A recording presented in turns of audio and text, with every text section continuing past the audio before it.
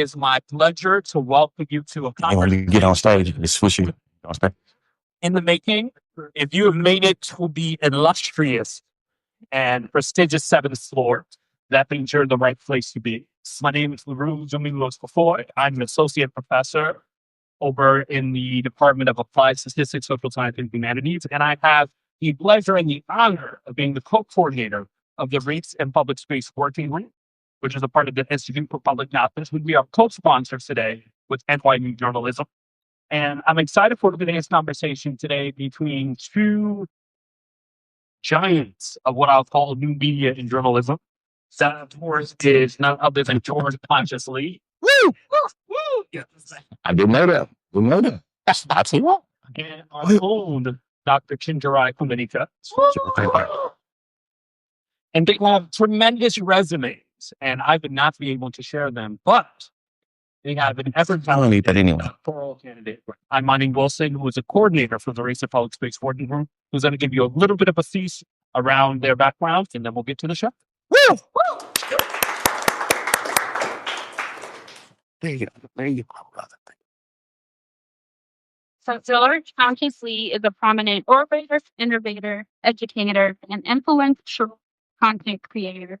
His work sits at the intersections of media, socio-political issues, and popular culture. Lee is purposely provocative as a tool to elevate and educate around pertinent topics of his generation through social media content. He has a dedicated, engaged audience of over 3 million across TikTok, IG, Facebook, YouTube, and Twitter. In 2022, he received YouTube's Content Creator Choice Award, was nominated for his first NAACP Image Award for Outstanding Social Media Personality, and was selected for the second Creator Class of YouTube's Black Voices Fund. Give it up for George. Thank you. I can sit down right now. And then Dr. Chinjarai Kumanika is the journalist We're together. Yeah.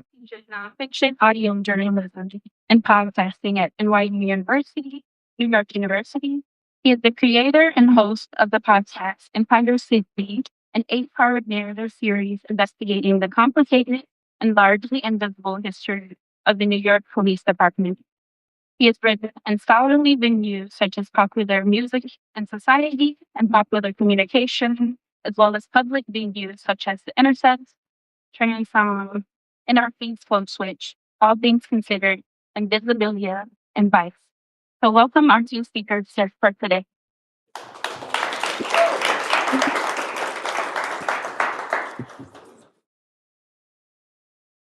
All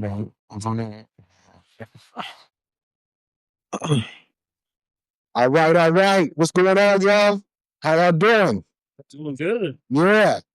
First of all, I gotta give a shout out to the people that made this, possible, because I get anybody who knows me, especially my wife knows, I get lots of ideas. Ideas are great to start out, but then you need a whole lot of other skills and labor. And so I want to give a big shout out to LaRue Lewis McCoy, my man Doomy. You know what I mean? I want to give a shout out to, where's Imani at? Imani, oh my God. Do you know the unreplied emails? Marlene, Maria, who has our events person, Adrian and James. Give a shout out to all that labor. You know what I mean? We respect the labor behind the scenes. I am so excited to have this man before me. Let me tell you something. I, like many of us, consuming social media is part of my journalistic practice, part of my political education practice of trying to understand what's going on. But I don't know if you knew, these social media streets are treacherous out here, y'all. You know what I mean? There's algorithms that fascist billionaires have put together that are actually impacting us in real time. Shout out to my man Michael. So I see you. You know what I'm saying? See you, Mike. We have not that you're a fascist, but $10 billion. I just want to. It was an awkward transition. I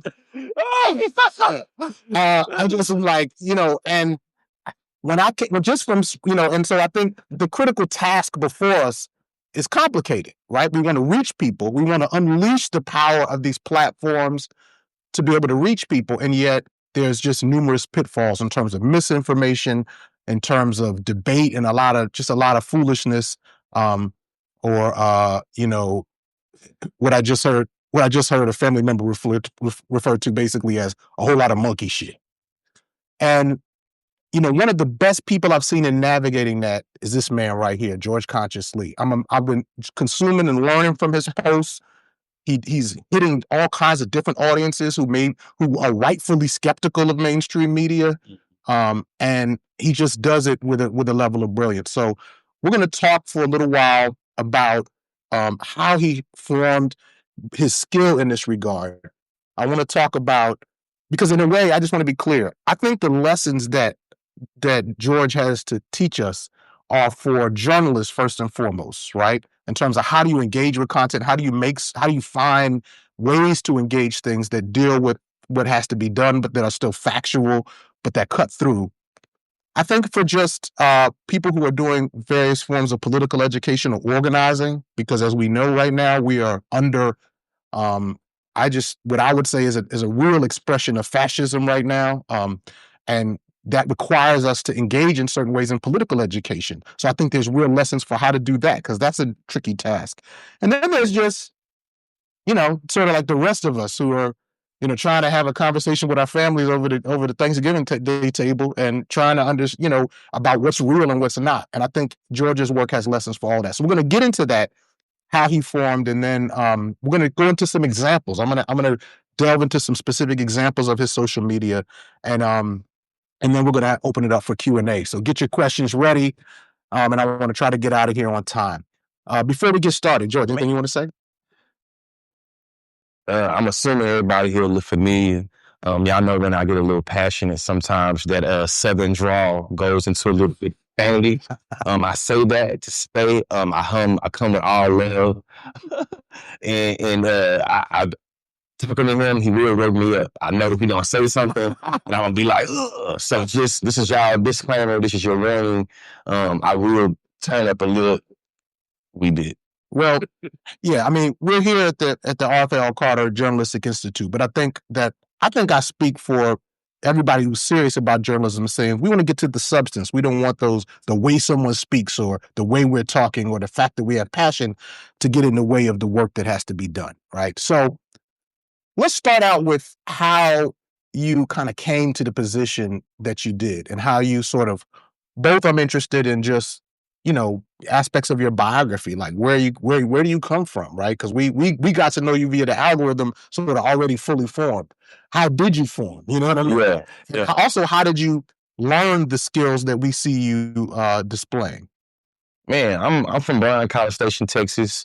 I think that being a first generation college student and being in a bunch of AP honor classes with a bunch of white people that had different ideas and perspectives about Black people, I think that it kind of lit a fire up under my ass and put a little chip on my shoulder at a very early age.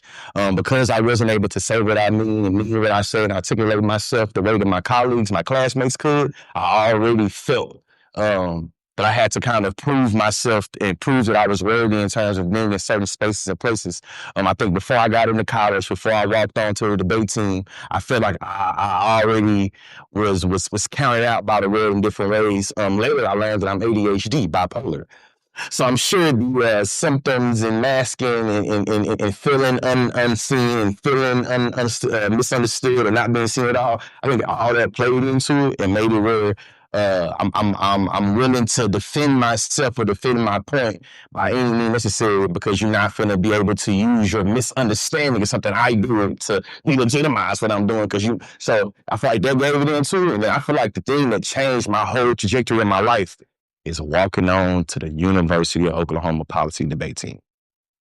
That turned me into a bad motherfucker. Right. You see what I'm saying? Yeah. Like now I have the ability politically, socially, economically, to talk about race, class, gender, ability, sexuality.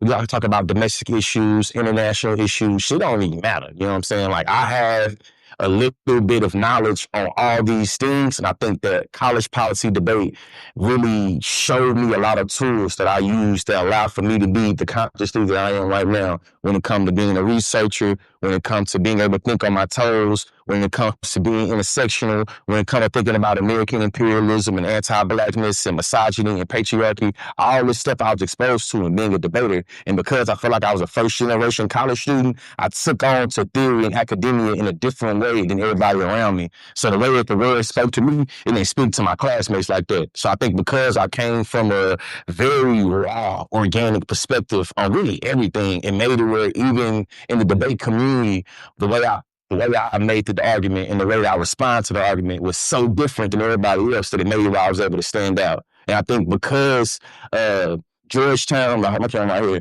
University of Georgetown, I still hate y'all. I still can't stand y'all to this day. And when y'all see consciously coming down the timeline, you can thank Andrew Arsh and Andrew Markoff, the two rapping boys that got over on me in the semifinals of the EBT. And that's the reason why I like to give you the real. He said the one in the debate. Social media, he said that, not me. I said it. As a matter of fact, me and my debate partner, I rematch. You know what I'm saying? I know y'all big lawyers now, probably, you know what I mean? You ain't got no time for us, little, you know what I mean? But listen on our rematch, man. But to be honest with you, that lit a fire up under my ass in a way that I feel like I shouldn't have lost that debate. And I feel like for the rest of my life, I'm going to speak truth to power and be able to prove to them fair judges that name against me that everybody's talking about. I lost that argument on saying raw power should not be used against niggas. And you know what I'm saying? Like, it was about presidential raw powers. And just, you know, the portable skill of debating, I wanted to give it to the world. And the last thing I'll say is that debate showed me as somebody in college that I really did love education and really did love to learn, just that I had shitty educators before that. So I try to be an example on social media. So you really do like learning. You just was having experienced people that wasn't good at teaching. That's why you don't like learning. But education is elevation. Now, I want to go a little deeper because what I would like you to do is to talk about how in your education, and let me just to set the stage for this. I watch news all the time, partly as my job, partly because I just have emotional problems and can't stop myself from doom scrolling. And I watch journalists take L's. And what I mean by that is, like, you get a journalist who has a person in power right there, and they can't seem to land the plane to get the truth out. The journalist, you know, the politician or whatever, does all kinds of rhetorical 3-card Monty.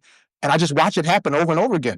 And I'm acknowledging that that's difficult. You know, I mean, in some of those situations, as much as I hate to see it happen, I'm not arguing that I would have done better because it's not easy, right? Like, these people got, you know, millions of dollars of training.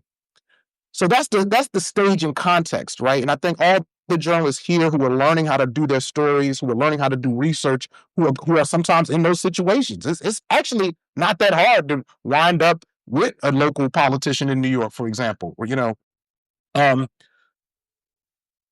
talk about what you learned in debate, why it was important for you to focus on policy debate, how that was different, but also talk about what some of the other kinds of debate that you learned and some of the lessons that might hold for us as we try to navigate these rhetorical streets.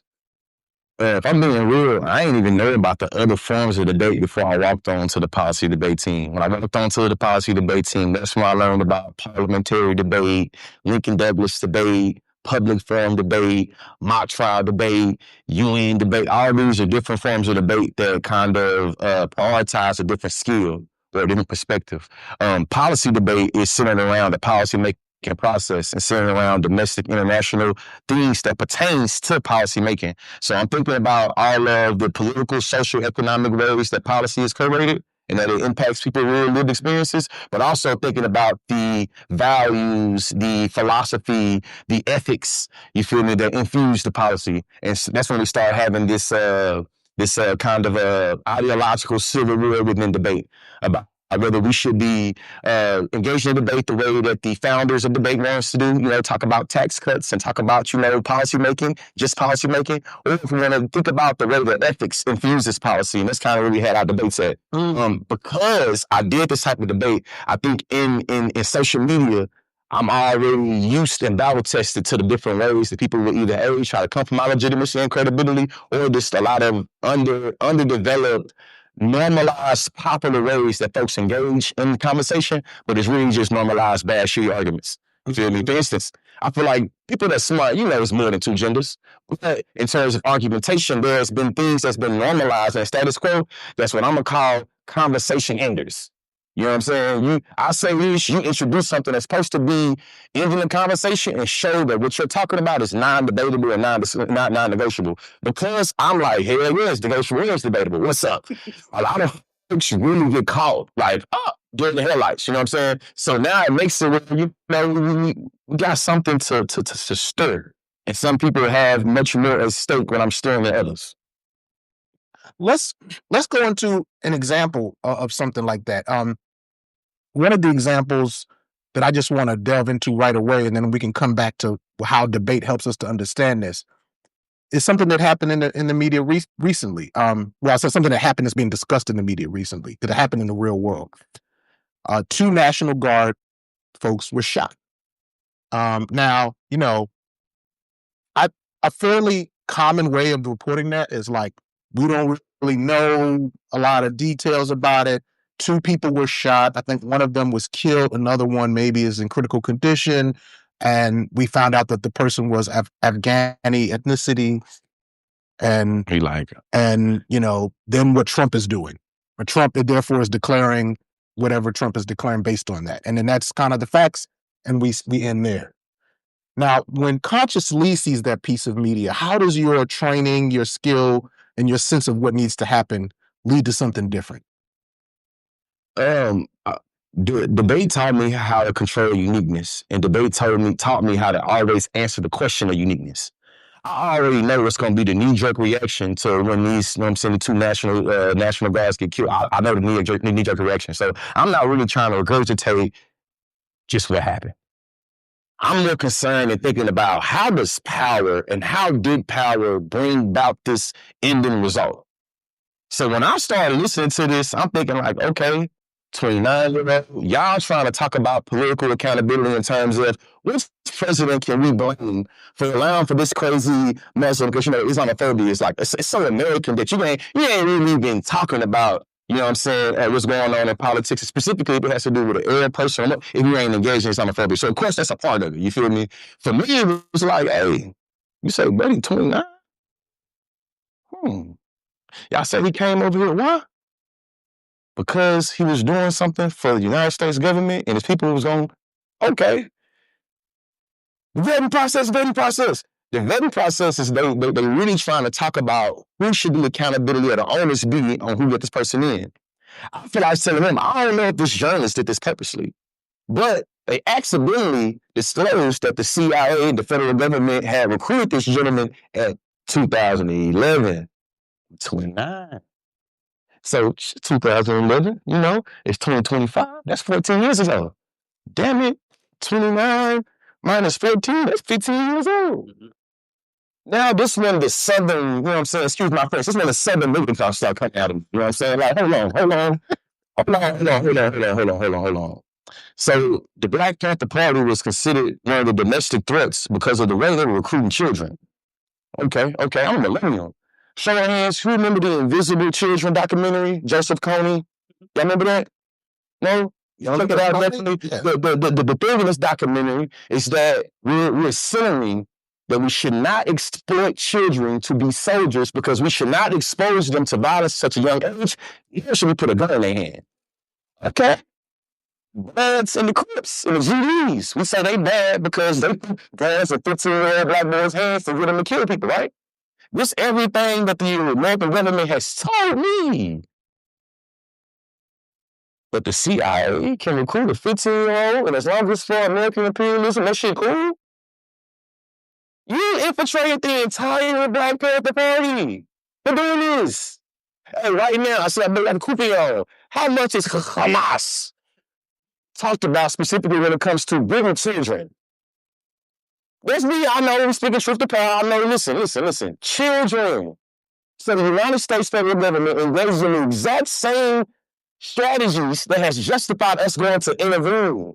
We have invaded countries for doing significantly less than what the CIA has accidentally exposed itself in doing. So for me, I started thinking about how did power and domination impact this end result, and who in power and who can dominate benefits from what happened right here. And that's when I started getting to being like, man, like, y'all said Tookie Williams' big crip in LA was bad because we was doing with teenagers.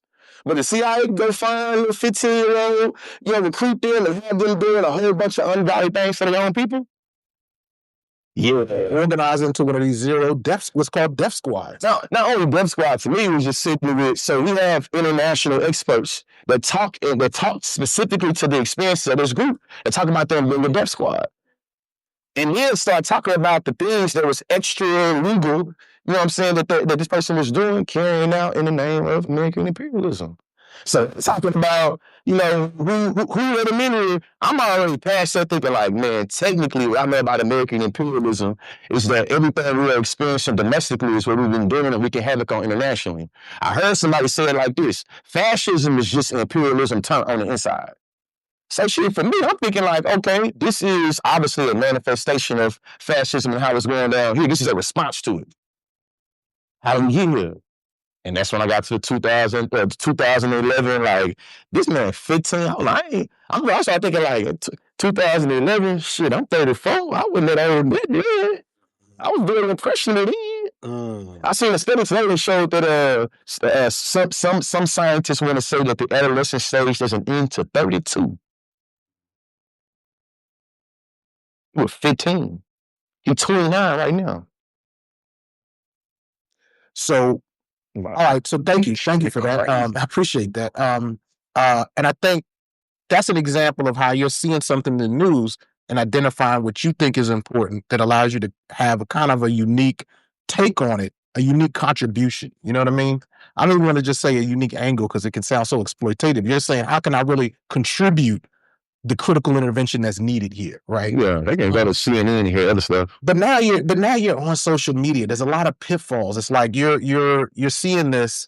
There's a lot. You avoided one pitfall, which is regurgitating, to use your language, the same take that everyone's putting out. Journalists face this, but now there's the specter of misinformation and disinformation, right? I mean, social media is moving fast. Obviously, you want to get this out in a time frame that's relevant. How is somebody, because we don't get to see from your standpoint, right? We're consuming it. We don't know what it's like to be behind a dashboard where 700,000 plus people are consuming your content. How are you making decisions about what's true, right? Because obviously there's real consequences if you get stuff wrong.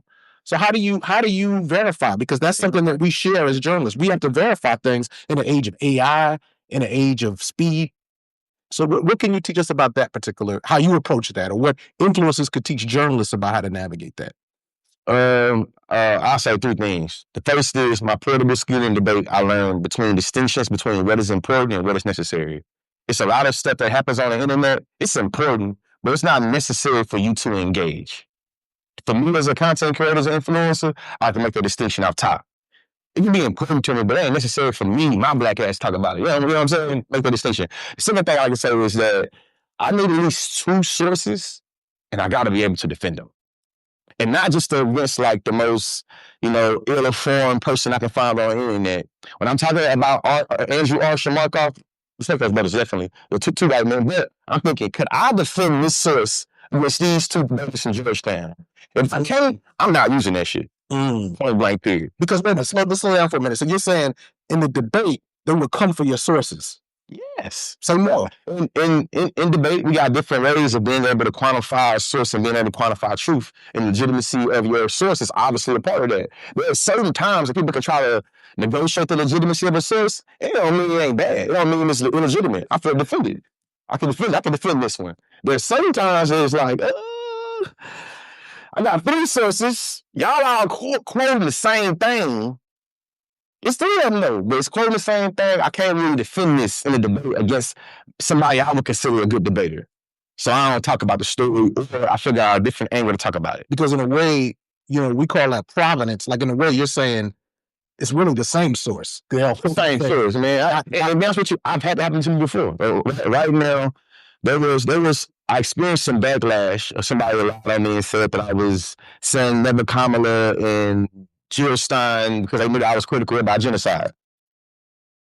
I responded and was like, man, she said she was doing this for genocide, but she said that she was doing this publicly, asking and fighting toothlessly and I'm fighting for a ceasefire. But then I had two sources. I had an Israeli source and I had a Biden source that said that privately they never asked for a ceasefire. This caused a lot of backlash on the internet because it was one source, even though Democracy Now! Touched on it, even though I think some other international, newspaper touched on it, it was really quoting the same thing. But for me, it's like, no, the Biden administration said this, the person that's on this side, it's two sides now that's having engagement. This side and that side. Somebody on this side saying that happens now. I can defend that. What happens on social media is that nuance and how people are able to engage in critical thinking is not as much. So because I'm like, yeah, these two sources is obviously this side said it didn't happen, that side said it happened. Easy, covered. Other folks like, nah. CNN, Fox News said that she was working tirelessly for a CC, and so now you engage in this now what we do with this, and that's when I learned making a distinction between necessary and important. Got you. Now, another pitfall that I'd like to talk about, and this is something that I see, I think a sort of... I'm sorry, hold on. And the third thing was being able to meet when you wrong. It was two. The third thing was, this is you saying some shit, it was wrong. Hold up. That's what Klein needs to hear this. Go with it. Go so you gotta admit what? It really was wrong. But I will say this as a content creator is that you need to have some type of model for how you're going to come up with the conclusion that you're wrong. Right now, I'll give you the example. Right now, there was this black woman that was hit by a bottle. She said she was hit by a brick. I defended her and said that she shouldn't be hit. People mad at me and saying, well, because Houston said that they engaged in mutual combat, she was justifiably hit by this man. So everybody immediately wrong in me. That because Houston charged her that she was wrong. And for me, it's like, no, my model of being wrong is in any instance that a man put their hand on a woman wrong, even if she hit you first. Took the five, hit her back, yeah, I'm wrong. So for me, it's like, when it comes to like, what is the model? How do you able to be, how does Ezra know wrong and not just apply the echo chamber or somebody him being defensive? Because I know as a content creator, I don't think everyday people recognize how it feels to be shitted on by 50,000 people. 10,000 people. 1,000 people at one time. I don't think, you know what I'm saying? And have to make choices about which of those you're going to... This might, Ezra, if you're seeing this, I think that I wouldn't stress you too far off and tell you, but I need to figure out on this. I understand how defensive you act and how defensive it is when you constantly always have to defend yourself. Now, I seen the conversation. I thought they were raised. I cringed like, ugh, bro, you could have said something better than that. But I understand when you already used to being attacked by thousands of people, how it's easy to already have your guard up and how it means you having bad conversation, surface level conversation, because you having knee-jerk reactions of being defensive, or make it where you have a conversation that you almost just like so defensive, the conversation ain't really being had. And that's what I think that, content creators, that we have to do a better job at, being able to filter and have discernment for. But I think everyday people got to realize, hey, I don't think the human brain was designed for me to deal with 50,000 people being like, I hate you. As a matter of fact, I'm friends with the reason why we have such the barbaric kings and emperors, they have the power. What you say about me? Stop saying. The brain ain't used to it. So people have the, you know what I'm saying? So I'll give Ezra the benefit of the doubt. I still think that, you know what I'm saying, he probably feel that she can flush down toilets, but I'll give him... And I hear, and just to show you that I hear what you're saying, it's defensive, I'm defensive sometimes too. Someone like Ezra Klein, even though he's often wrong, often won't admit it. We're going to get to how he avoids it in a minute. But he's facing a lot. And I hear what you're saying, that there's a weight carry when you're in the spotlight like that. A weight that a lot of people who might launch the critique wouldn't be willing to face in the other way around. Now, I want to get to something. I think two things. One is, I think admitting when you're wrong is really important. And in a way, you saying that your skills came from debate, in a way that challenges something that I've been thinking for a while, which is that people have lifted up people. And I just want people to really attend to this, what I'm exactly saying here, because I'm going to say a name. I'm not going to get, I'm going to say it. People have lifted up people like Charlie Kirk and others as models of critical thinking. Okay? They've lifted them up as models of critical thinking, right? They're challenged students. They did this. To me, one way I know a critical thinker is if you are willing to admit that you're wrong, ever. I don't care who you are. You can name the whole roster of these so-called critical thinkers. Name a time when they admitted that they were wrong in public. Because the other alternative is that they were always right in thousands of debates. And we know that's absurd. Definitely. So to me, if I know I can go into a conversation and no matter what I bring, there's never going to be a moment where you reevaluate. You know what I mean? No, I'm married. You know how many times I'm wrong on a daily basis? You know what I'm saying? You know what I'm saying? It's like, you got to admit that. Wow, I never thought about that. Wow, I didn't know this fact. Wow, that's the good point. So many people posing as both liberal and conservative pundits out here will not do that. And to me, that shows that you're disingenuous. And I don't care if you write for the New York Times. I don't care what your platform is. So this point you made is really important. I kind of thought it was partially because the model for critical thinking has been kind of debate. But the form of debate, not what you're talking about, the form of debate is like a sport. And when you have it as a sport, then I understand in a way why people don't admit when they're wrong, because it's looked at like they're trying to win. Yeah, but even that, the best debaters is always able to spot their opponent. When you talk about the camaraderie of the game of debate, being wrong or being proved wrong is a part of the game. You prove it wrong doesn't mean they're a bad debater. You prove it wrong and being a debater doesn't mean they're a great thinker. You being able to like the flow of the debate, I mean, they're a bad researcher. Right now, we have a very polarizing country that the art of disagreeing is something that's lost. So disagreement, me and you can agree on 1,000 things. We got two disagreements. Social media say now I'm going to define our relationship on those two disagreements and say forget those other 1,100 agreements that we have. So debating to me, like debate at its core is about community in the face of competing ideas. What they call presidential debates, that shit not debate. Can you say that part again? Because I think that's relevant to every group. Educators, journalists, organizers, community in the face of competing ideas. That's what makes academia.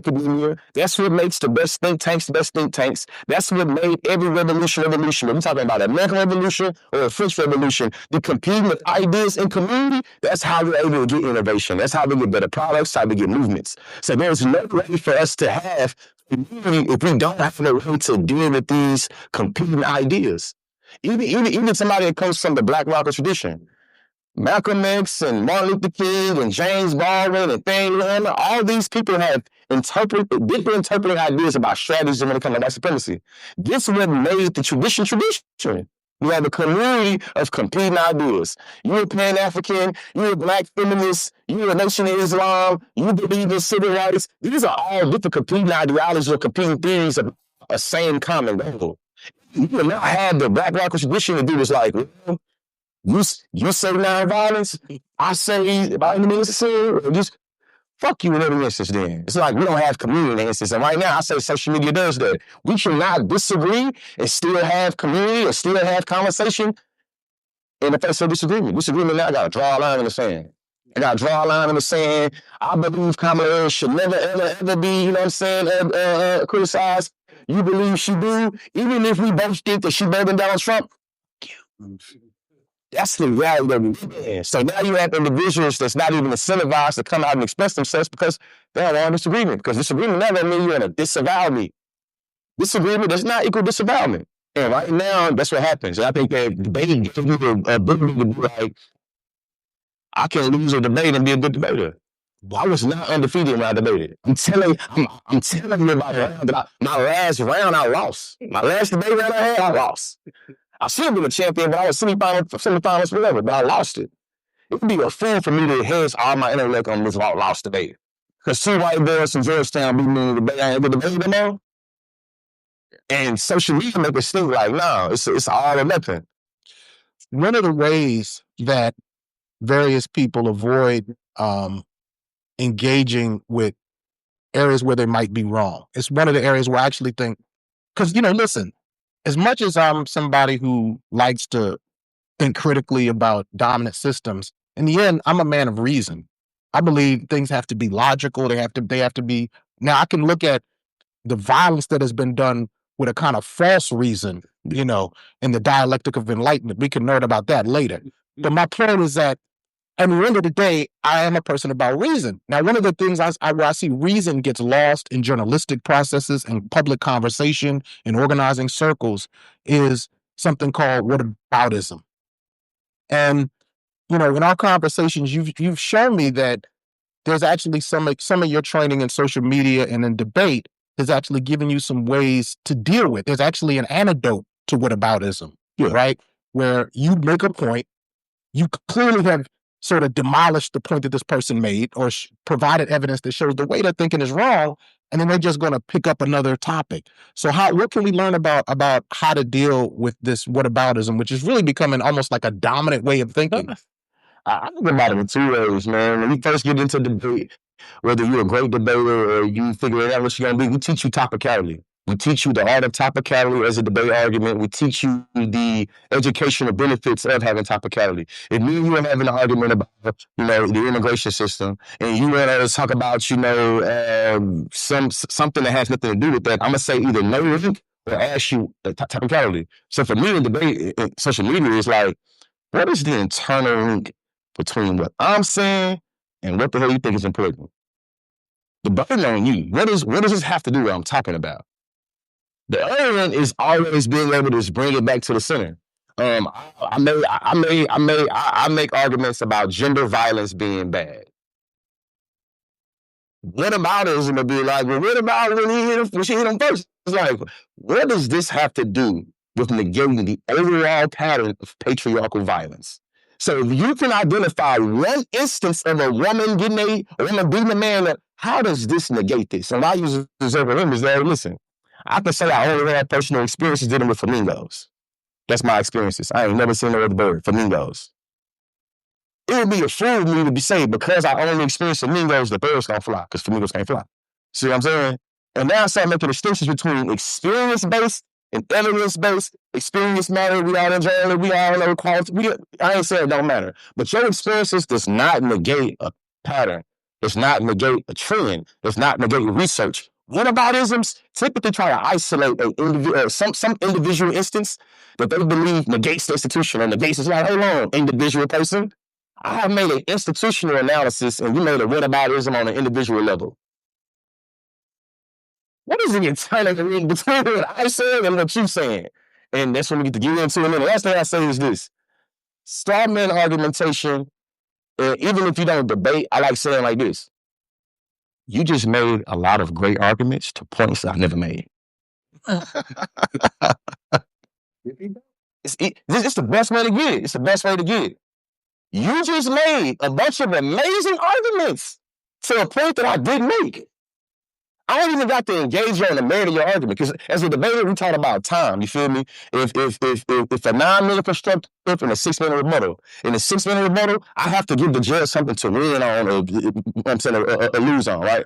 I have to pick an argument to go for, and I understand there's a trade-off. If I'm talking about stuff that don't matter, it trades off of what I could be telling you about why I should win. So for me, it's like, hey, what is the trade-off in me engaging in this whataboutism? I don't have time to flex the book I've read to show what you've talked about. I didn't make a point about it. Mm-hmm. It's a trade-off for me engaging in whataboutism because I only got 6 minutes to make this rebuttal to show how this judge I whip your ass. I don't have time to go. You see what I'm saying? So for me, important necessary. You made a whole bunch of claims that they ain't important. Do that. They are not necessary to engage right now. And for me, personally and professionally, this is how I keep my mental health intact. This is how I'm able to make sure folks don't have me crashing out and swinging for my life, fighting for my life. There are certain things that are necessary. There are other things that's not. It don't mean it's not important. But you're not going to trick me on my position. And you're not going to have me spinning my wheels. And that's how I make that a distinction.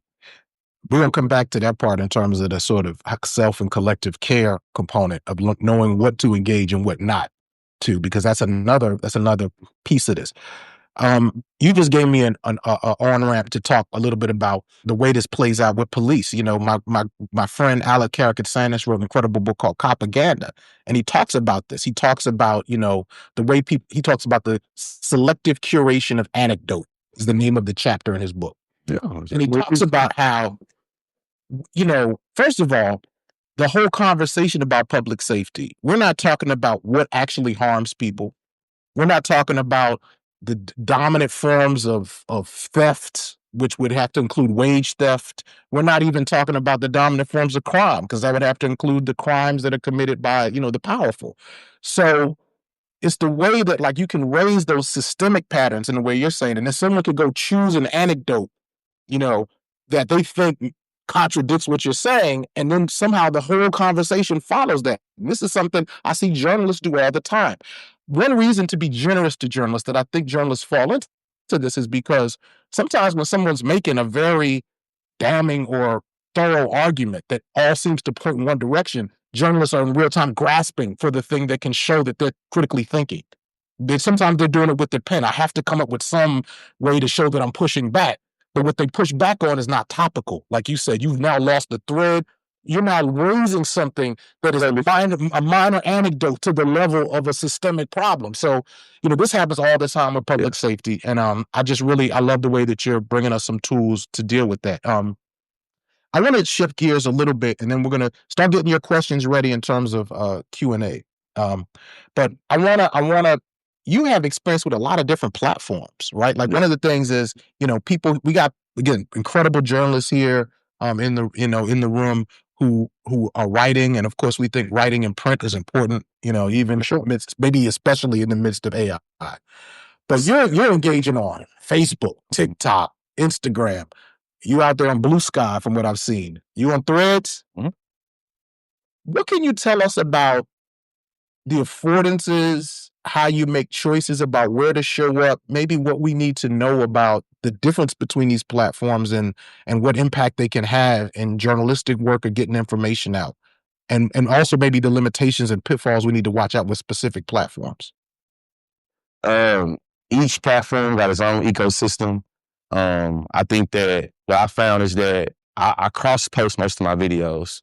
So I make the video on TikTok, I post it to Facebook, I post it to Instagram, I post it to Twitter, I post it to Threads, I post it to Blue Sky. I find that different people prefer to consume my content on different platforms, and each one of my platforms' demographics is different. I got 2.8 million followers on TikTok, and I think 6% of those is women. I have 130,000, almost 130,000 subs on YouTube, and 60% of those is men. What I find is that the people that consume my content on Facebook, they don't want to consume it on Twitter. And they different personality style, different way the conversations happen. On Facebook, I find conversations are much more localized. You feel me? Even if my algorithm, Twitter, Facebook is more localized. Localized in terms of region. In terms of region, and in terms of really, like, I done found my content in this random community in the Bronx. Oh. You feel me? I found my content in this random community in Minneapolis. You know what I'm saying? That's how I mean. Like, you went to college or high school and you work with this person and they shared my video, and now that video is a real localized Facebook community algorithm. That's a little bit different than all the other social media platforms. Because Facebook still has that communal aspect towards it, where you talking in there with your mom and them, your daddy and them, your classmates, you feel me? That person you couldn't stand you worked with, like your students up there. You feel me? On Instagram, on Twitter, the timeline is much more visibility. So what revolutionized social media was that For You page for TikTok, and that's really where my social media career started taking off. I was already taking social media serious in 2016 and 17, but I was doing it on Facebook and on Instagram. So I only had access to people that follow me. When I go to TikTok now, I'll never forget this. I had 140 followers. It's 2019. It's Ohio. This 9-year-old black boy get charged with assault for playing dodgeball during PE because some white boy had a brain a condition, and they let him play dodgeball. In the game of dodgeball, this 9-year-old boy hit another boy and they charged him with assault. My first video I made was me talking about letting the kids be kids and how that's something that's usually not afforded to black children, and talked about the objectification of black children and all this stuff. I only had 140 followers on TikTok. That video had like 10,000 views. Now, for me, 10,000 views, whatever, but at that time, that's for me. Oh, yeah. Don't forget that. Well, definitely. Like, at that time, I had been on Instagram for over 5 years. Wow. And I never had a video on Instagram get over 1,000 views. And I had 5,000 friends on Facebook, on Instagram. But were your takes at that point, was there something specific about that take? Like, what was it that made that one go like that? I'll be real with you. The only thing that made that take go on is that I just accepted I'm acquired taste and I moved to the beat of my own drum. I hopped my ass on TikTok thinking I was finna dance, thinking I was finna bust some poetry. I did a little bit, but that's not my calling. That's not my ministry. You know what I'm saying? The only thing that made it different is that video. I ain't gonna argue with that video is one of the first political, social conscious videos on TikTok that's not dancing, that's not comedy, that's not lip singing. So what makes it different for me in TikTok and for me, really for my whole career, is that I was one of the first political voices on TikTok. So the overnight migration of the million people leaving Instagram and going to TikTok, y'all on the For You page. They gotta send out some content. At that time, I had over 1,000 videos about education all across the spectrum. So like getting on there, my content is being fed to people on there. So when TikTok started to rise in terms of active everyday users, my active everyday followers also is because I'm rising with the app. And what I understood from a social media standpoint is that when I was watching Wildin' Out, you know what I'm saying, Nick Cannon, I'm viewing every single one of those individuals as you had a following on Instagram before the overnight migration from Facebook to Instagram. And you were able to rise with the app because you already had a sustained little following on the app. When I first got on TikTok in the summer of 2019, it took me 3 hours to be like, this is the future. This is going to, if I could invest in money, I would put all my money in it. But I knew, hey, this is going to be the future. There's going to be an overnight migration to this app. And when it happens, I want to benefit from everybody coming over here. Like I seen DC Young Fly and all these other individuals on Wildin' Out. And I think that's where like having that insight and having that, like I said, foresight and being like, man, that's what gave the difference. And the last thing I say is that I understood that I don't own my following. Like, if I say Free Palestine today, and everyone take my page gone, and all the millions of followers I had is gone with it. Once I understood I don't own my following, now it's about can I diversify my following and brand on every single app? Because I know I can have a conversation with y'all right now. They could have got on some random Discord white supremacist channel and said, no, get that button right there. Page gone. So now I'm thinking about how can I diversify my virtual footprint and make it where on every app got consciously on it. And I think that's important because would you say, one thing I'm wondering is, sometimes news organizations at various levels, not just the mainstream ones, are a bit slow to catch up to some of these platforms because they see the dangers of the platforms or they're like replete. But what you're saying is you grew with the platform, and if some of these news organizations had maybe begun to experiment a little bit, they might also have their following. But now they're behind trying to catch up later and hide. That's a whole other conversation. I would say that and I feel like I'm trying to say this without being petty or facetious. Okay. But a lot of the traditional media people talk the most shit about us content creators in the beginning, and now all I'm trying to be content creators. Look at that. So for me, it's just showing that there is a hierarchy in how traditional media view people on social media. And because that hierarchy existed then, it's been a hard way to resolve and taking time to resolve. There's a lot of us people on social media that still don't mess with people on traditional. I don't care if you got fired. I remember what you said when you said what you said. I don't give a damn. That's what the fires for that. You know what I'm saying? Like it's a lot of us that feel this way. You feel me? So it's just we have to have a conversation about the things that causes us to not be in uniform, causes us to have conflict. And when it comes to social media and traditional media, the reason why we don't mix is because of this conversation that got to be had right now. That's why I do the show. Hey, the reason why working class black people and working class white people have beef, we got to talk about that in order to liberate, in order to have unification. There's no way for us to be in coalition or solidarity without us talking about the thing that gets in the way of the solidarity and code. That's how I feel with that. And that's when it comes to the traditional people. We got to talk about the elephant in the room. The elephant in the room is you didn't start seeing the value into this until you start seeing the clicks, and you realize that you had to get the clicks too. No, it's impossible. Yes, I'm getting this. Let's now, you know what I'm saying? That's what it is, though. That's what we're getting into. And that's why I thought it was important for you to be here at NYU Journalism so that we can have this, because these are things we have to be thinking through in this moment. There's so much I want to ask you, but I do kind of want to open it up to some questions, and then we'll let you have a final word to see what you want to leave the people with. Does anybody have any questions that they would love to pose to join our conversation for George Consciously? Michael, yes. I'm going to ask a question. First of all, Yeah, we got a mic just so everybody can get him a mic. Michael Lloyd, thank you for being here. First, shout out to For Everyone Collective. Nice to see the sticker. One point and one question. Point is sometimes admitting you're wrong is not enough. We're looking at Peter Viner right now, just really messed up. He broke the PAC-P boycott and spoke at Tel Aviv University, and he has apologized, and the damage is done. It's going to take a while to undo it. So it's like thinking about, it's not just don't do it again or admit you're wrong, but do something. And the question is, you have creators who have conversations, and then creators who produce long form content. So and sometimes it's the same person. You have Ola doing Ola and Friends, but also you have Empty State and Fire doing the B-sides, but also doing the long form. So do you want to get into the long? Yes, I'm currently just got into my studio in Houston, doing longer form live streams in a nice studio on Wednesday mornings, 10:30 Central, and then getting into doing some long form right now. I actually got a video about gender violence and about how patriarchy upholds white supremacist violence coming out in the next couple of days. It's a part 1 and part 2.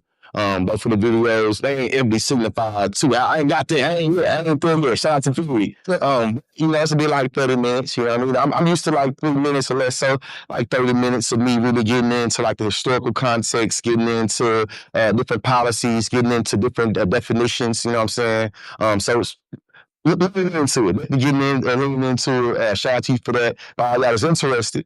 10:30 Central AM. YouTube and Substack. I do, politic news weekly live stream, and then I'll be getting into this long form content where I can, I feel like a little more depth and not as much breadth, but more depth. Because in the debate we say depth of the breath. So a little more depth. You know what I'm saying? In terms of, hey, you rock with the blue? Hey, y'all got a debate. I feel like Sunni different though, huh? That's part of his right. No, different. Yeah, it's not part of his right. Well, anyway, but I say to say, Sunni got a great debate program. Right. You should go holler at them. You know what I'm saying? I got me and you to make a connection, so I can put you in contact with them, man. It's a lot of communicative things that I've learned through debate that I feel like has helped me out through life. Depth of a breath is definitely one of those. We want to come back to actually you giving some resources that we can sharpen up with some of this debate power. But one thing I want to mention about this that's interesting is you were talking about the limitations of mainstream media and maybe some areas where they missed opportunities. And it's interesting, right? Because as we know, mainstream media, I mean, certainly social media too, but mainstream media is subject basically to commercialism, or as I like to call it, capitalism. And that has pushed things into like faster and faster sound bites, you know what I mean? Where sometimes you get on a show, we all know how it is to engage. You go on the news, it's like you're going to get one bite at the apple. They're going to cut you off in 30 seconds. Mm-hmm. Meanwhile, I've seen a lot of legacy institutions critique social media for being fast. Now, it's true. It's true. Look. Look, some of those TikTok videos are so fast, I realize how old I am. I'm like, wow, I missed the joke. I don't even know what it is. I got to watch it 10 times. Right? But it is interesting to me how people like yourself and FD Signifier might have started in some of those venues and now are making 2-hour videos on social media, right? And people are signing up. Shout out to my man D Noble and to his daughter Oshun, who put us. She started putting us on the 2-hour social media content about social justice, and people are signing up for it. This challenges what the mainstream media was saying. People want fast, got to pivot to video. It's like, no, these same people you're critiquing are making long form content, and I think it's really important. Other questions? Just real quick, content like the culinary space. You know what I mean? A lot of folks is tired of microwave quick food. Some people want something that's been made in the kitchen in a home that takes a little time for you to process it, a little time for you to digest it. To me, that's the distinction I think about content. You got your microwave content, you got the content that's like 5-course meals. You know what I'm saying? And just recognizing I got people that's come to me for my microwave content. Now, but you asking me, like, can we get something that's a little bit more, got a little more protein in it? Something that you can put a little more time to fit in. The pot, not a microwave. I think that's what you're getting at. Yeah, way better. Said it way better. That's great. Cool. All right. Great question over here. Hello, Constantly. Appreciate thanks for pulling on. Something I think is just like really dope about your work and your content is the way in which you're able to bring high level discourse and like bring it down for particularly our Black community. And I'm currently in that process of trying to like maneuver that. But I think I tend to like I saw you talk about pessimism once and I thought it was extremely powerful. And I think like I'm as someone who's in an academic space, I think I'm thinking of my other academic folks and I'm trying to and I want to make sure they know that I know that Yeah. talking about. But how do you find that balance and like bring the high low or making it more palatable for the layman man? Like how do you do that when you're drafting your content or like what is the science there that you make sure that you're not missing the critical specificity of whatever you're bringing in, while also making sure that folks in general can like really consume it? Great question. That's a great question. That's a great question. What I say is that when I debated, I was a 2-in. I mean, I was the last speaker for the negative speech. And I always pressed the affirmative on what do you do for Black people and using that Afro-pessimist analysis about anti-Blackness. My argument would be like, if you don't do shit for Black people, then all of the problems that you want to intact are going to be still there because at the root of that problem is anti-Blackness. So for me, over time, I will always push the affirmative. Like, debate is about education. It's about accessibility. The only reason why they're giving us thousands of dollars to travel the country is because they believe this is about education and accessibility. So I will always push that. Explain your affirmative to me like I'm on the street. I'm only this activity for education. If I can't take what you're saying back to my niggas, then what you're saying don't mean nothing. So when I'm making content, I want to feel like I should be able to go to my family reunion. And while they busting down oxtails and ribs, I should be able to tell them about Afro-pessimism. If I can't get there's one or two things. Either A, I don't know what I'm talking about, or B, it don't matter. And that's how I do my content. And I think that I learned a lot about myself in the world thinking about Afro-pessimism. I don't think you need to have a dissertation or a PhD or a master's degree to have access to it. So now me as an educator, how can I make this about civil society and about Black suffering and about how can I make this shit palatable? And for me, it's like, hey, if I went to the hood and I'm talking to my cousins and my homeboys, can I make them care about this in this way? And for me, I believe I should be able to. You know what I'm saying? So when I'm talking about white supremacist patriarchy, I'm talking about like, how can I make this matter to my homeboys? And I feel like if I can make it matter to my homeboys, I can make it matter to anybody. And that's usually how I'm going into it. Even politics. When I'm talking about politics and about this Afghan person, I know my people where I'm from, I don't give a damn about no National Guards. They respect it all. I know my people, I don't give a damn about that. I'm from the country. I don't give a damn what's going up in D.C. But I do know they do care about how gangs are characterized in dialogue. I do know that a lot of them are my age, and they also seen the Invisible Children documentary. They taught me how to use social examples to contextualize my argument, and that's really where the relatability come in. When I'm traveling the country, people tell me this. You remind me of one of my cousins. You remind me of, like, I do this all the time. And to me, this is because I try to be relatable in that way. And even if you don't like me, you're still able to identify. You remind me of my annoying ass person I can't stand. It's always looking things with what it really is. But that relatability is still there. I think that's what I'm saying at the core. My whole content is that. My motto is education is elevation. When you come to my content, you ain't gotta do no SAT, no ACT, no admissions process. Just tap in with me. I'm gonna give you all the information I got at OU to get from you. When I left school, that's what I felt that was the biggest play. I had to go through all of this admissions process to get access to some information that taught me about the world of myself.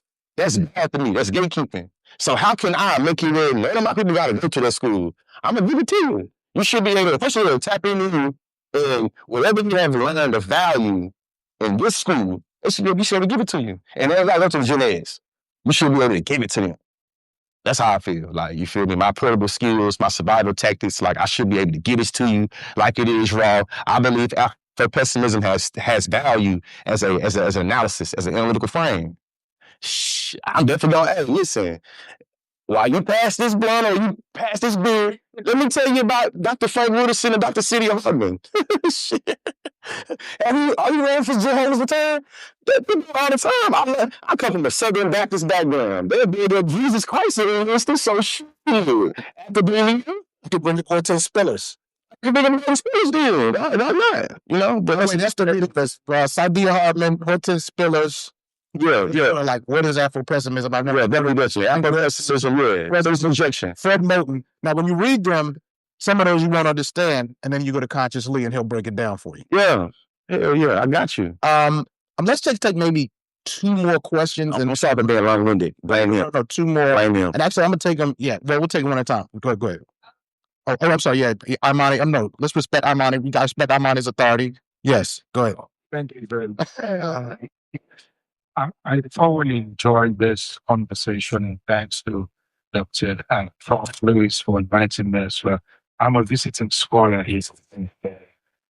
I have concern about how you enroll your audience. You talk a lot about debating, but for me, sitting here listening to you, you're an excellent storyteller. Now, I'm wondering what informs what? Is it the debating, or is it because you're natural that you speak in a way it sounds believable? I can relate. Talking about it, it sounds big. This is so. Yeah. I'm just thinking, what theories or what lens do you use in terms of how you create your content, and how do you go about doing that? If you can speak a little bit to that. Yeah, definitely the storyteller informs the message. When I was a debater, the debate coach taught me it's called embedded clash. You feel me? Traditional debaters want to do point-for-point refutation. You say this, I say this, you say this, I say this. I ain't debate that way. I debate by telling stories, and you make 3 arguments, I'm going to respond to your arguments and my story I'm going to tell. That's how I make the content. From a theory standpoint, I think that rightness studies really structures how I think about the world in terms of, can I name power? Dr. George Yancey taught me that rightness always wants to go unidentified, always wants to go unnamed, always wants to go invisible. So when I'm making my content, when I'm speaking, how can I name power? And for me, it's like when you're coming into my class, when you're coming into the content, whatever it was, it's like, no matter what entry point you have to education, I know you know power. Do you know the power? I don't know, we're going to find out. But I know you know it, though. You know what I'm saying? So for me, the story becomes, even if you don't do power or you don't do politics, power and politics are going to do you. For me, as the orator or as the degree writer or as the educator, can I give you the analysis or the lecture that gets you to think about this differently? Being real, I'm not even to be agreed with. I just want you to think differently about some shit you've been thinking about your whole life. That's why I tell my students when I was a professor at the University of Oklahoma, that's why I tell my people in my audience. It's like, I really just want you to think differently about a particular thing that you've thought about for a long time. I ain't got to change your mind about it. You can think differently and be like, I knew I was right. That's fine. I just want to provoke thoughts that are critical, that forces you to negotiate and think about yourself in the world. And that's how I'm telling the stories, and that's what I think rightness did for me. When I read George Yancey's words, and I'm thinking about the modes and the modality of rightness and ideologies and all these things, I'm thinking about how invisibility and how power goes unidentified. transphobia, homophobia, classism, power gonna go out and identify. So when you come to my content, everybody gonna be making the joke. You know, Donald Trump and Monica Lewinsky is like, oh no, let's see. Did y'all pass like 500 anti-queer bills protecting children? Did they do that? They did that, didn't they? What does it say about power and how they care about them kids? Okay, so this is about the history, ain't it? When I say trans women and women, or I say intersex person should be respected, y'all talk about pedophilia and respecting the kids. Mm-hmm. So you care more about potential pedophilia than the actual pedophilia? Hold on. So you go after people for potentially targeting kids while protecting people that target kids? To me, that's the power. Like, that's the unidentifiable thing, even that. So everything I'm doing, I'm just trying to think you did by power. Power to me defines simply who gets what, where, and how. Do I have the power to determine what I can eat if I ain't eating? To me, it's power, and that's what I'm concerned about, and everybody care about it. Whether you got a PhD or you dropped out of high school, you care about power, and that's just where I'm coming in from. Thank you for bringing in storytelling as well. That's something that we know is a crucial part of this communication. And thank you for your answer. And I'm going to make this the last question, but we'll have a few moments to engage. I want to be respectful of the brother's energy. Yes, for the final question. Oh.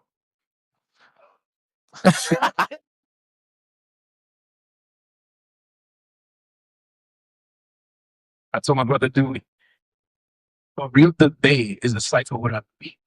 You know what I'm saying? When you are elevating an audience, not a you're elevating an audience that are not just there for consumption, but they're stakeholders in that community. Right. So real debate will do that. I think of Malcolm and Baldwin. Like, I got to sit down, like, just consume it because it's so. But we're in a time where capitalism is a zero-sum game, and debate, unfortunately, has been bastardized. Yeah. For sound bites, radio debates. How do we reclaim debate? Because I do believe that is in our multi-front tool for liberation. And how you look for power. How do we reclaim the art of debate? That is not just for ciphers on 106 and Park, but really reclaim it back into the. Man, I was about to say examples anyway, but then you said 106 and Park, so I'm definitely going this way. I'm answering this. I feel like when 106 and Park came out, it was a lot of shitty examples of freestyling. There was a lot of bad examples of MCs. There was a lot of popularized bad rappers and bad songs. And then 106 and Park introduced us to a great way of understanding Freestyle Friday, and then really showed us some great MCs and it elevated the way we understand music. I think as a debater, instead of just telling people what to do, I'm going to show you. I'm going to elevate the game by showing you. And then when y'all start talking about Charlie Kirk Day debate, I want you to understand the difference between what I'm doing and what we doing. You know what I'm saying? For me, it's like, I challenged Charlie Kirk multiple times when he was alive. He didn't want to smoke with me. But I wanted to have a structured time debate. Feel me? Structured time debate where when I'm talking, you're going to speak. When you're talking, I ain't going to speak. You can actually respond and actually have a prepared. Because what you was doing is you're going to ambition a whole bunch of 19, 20-year-old college students. So for me, how to reclaim it is really just giving those examples. You know what I'm saying? It's to me, it's like, I know y'all love y'all rap here. So it's like, think about if Jay-Z was telling you how to be a rapper and showing you feel me? Think about the MCs here. You can tell me this how you rhyme, this the better rhyme pocket you can use. I can show you too. And I think that the social media taught me social proof. The reason why I'm here, he's seen the social proof of what I do. Any company, organization, political pack, they see the social proof. Social proof, we need to, show me. You a salesman, and you said if I buy this product, where's the social proof that buying this shit really gonna say it's gonna do? To me, the social proof in debate is being able to show the examples of this how we elevate it. And I want you to see when you go binge watch Charlie Kirk ambitious students on campus, and you go see policy debate, I want you to understand these things is different. And it's making where now we have dialogue and now we can have real conversations. I remember I'm 34. You know what I'm saying? So when Long Street Park and Freestyle Friday came out, I remember it forced us down south. And we freestyle down south. We used to always be like, how is a freestyle that's pre-written? They ain't free. But that's a whole other conversation. With it. My point is the quality of the expression in the music, to me, it increased because we got to see good examples. And those good examples became a reference point for what you can do and what you can't do. And right now, we have bad examples, reference points. And I think, to me, it means something to this. I was trying to say this. Charlie Kirk was a dropout, a college dropout that probably couldn't make it. They probably didn't have the grades or any of the criteria to go to be admitted to any campus that he debated on. Any campus he debated on, they called it a liberal hotbed. A liberal hotbed.